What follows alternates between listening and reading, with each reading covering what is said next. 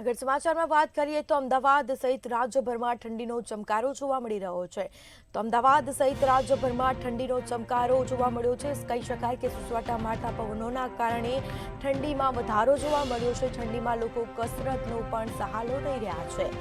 તો વહેલી સવારે બાગ બગીચાઓમાં પણ ભારે ભીડ જોવા મળી છે. લોકો વોકિંગ કરે છે અને કસરતનો સહારો લઈ રહ્યા છે. અમદાવાદ સહિત રાજ્યભરમાં ઠંડીનો ચમકારો જોવા મળ્યો છે. કડકડતી ઠંડી જોવા મળી છે. સુસવાટા મારતા પવનોના કારણે ઠંડીમાં વધારો જોવા મળ્યો છે.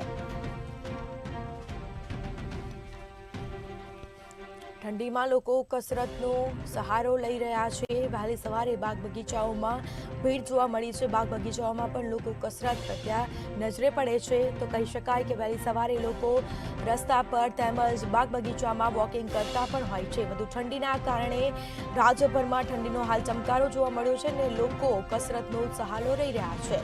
સાથે જ કહી શકાય કે વહેલી સવારે બાગ બગીચામાં ભીડ પણ જોવા મળી છે. સુસવાટા મારતા પવનોના કારણે ઠંડીમાં હાલ વધારો થયો છે. તો અમદાવાદ સહિત રાજ્યભરમાં ઠંડીનો ચમકારો જોવા મળ્યો છે. વધુ વિગતો સાથે સંવાદદાતા અનિતા પરમાર લાઈવ જોડાઈ ગયા છે અમારી સાથે. જી, અમદાવાદ સહિત રાજ્યભરમાં હાલ ઠંડીનો ચમકારો જોવા મળી રહ્યો છે, શું માહિતી?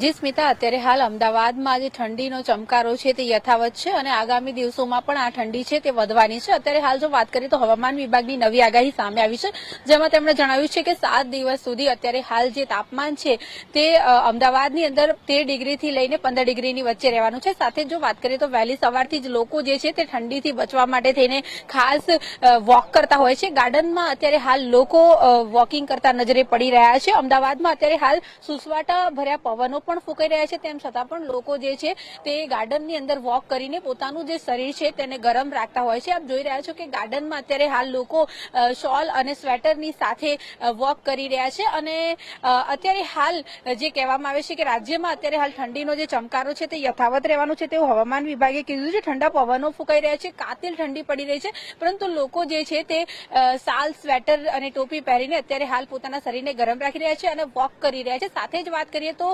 ગાર્ડનમાં લોકો યોગ કરી રહ્યા છે. યોગ કરવાથી તન અને મન તંદુરસ્ત રહેતું હોય છે અને જેના કારણે થઈને વહેલી સવારે લોકો 5 વાગે વહેલા ઉઠીને ગાર્ડનમાં આવીને યોગ કરતા હોય છે. શિયાળો અત્યારે હાલ પૂર બહારે ખીલ્યો હોય તેવું લાગી રહ્યું છે. શિયાળો અત્યારે હાલ પોતાના અસલ મિજાજમાં છે, ત્યારે લોકો જે છે તે અત્યારે હાલ યોગ કરીને પોતાના શરીરને ગરમ રાખી રહ્યા છે. સાથે વાત કરીએ તો વાતાવરણ જે છે તે અત્યારે હાલ થોડું ઘણું વાદળછાયું લાગી રહ્યું છે, પરંતુ પવનો ફૂંકાઈ રહ્યા છે.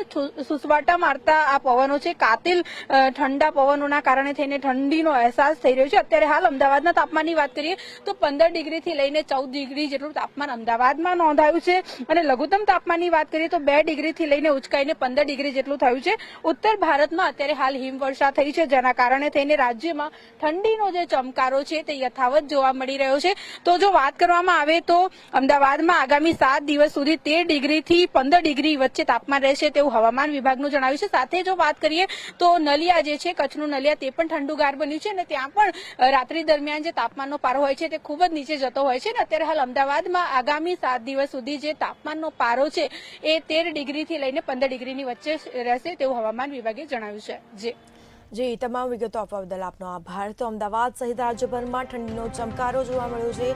સુસવાટા મારતા પવનોના સાથે ઠંડીનું જોર જોવા મળ્યું છે અને કહી શકાય કે ઠંડીમાં લોકો કસરતનો પણ સહારો લઈ રહ્યા છે. લોકો કસરત કરતા નજરે પડે છે. વહેલી સવારે બાગ બગીચાઓમાં પણ ભારે ભીડ જોવા મળી છે. ઠંડીમાં લોકો કસરતનો સહારો લઈ રહ્યા છે. વહેલી સવારે લોકો બગીચામાં વોકિંગ કરતા પણ નજરે પડી રહ્યા છે.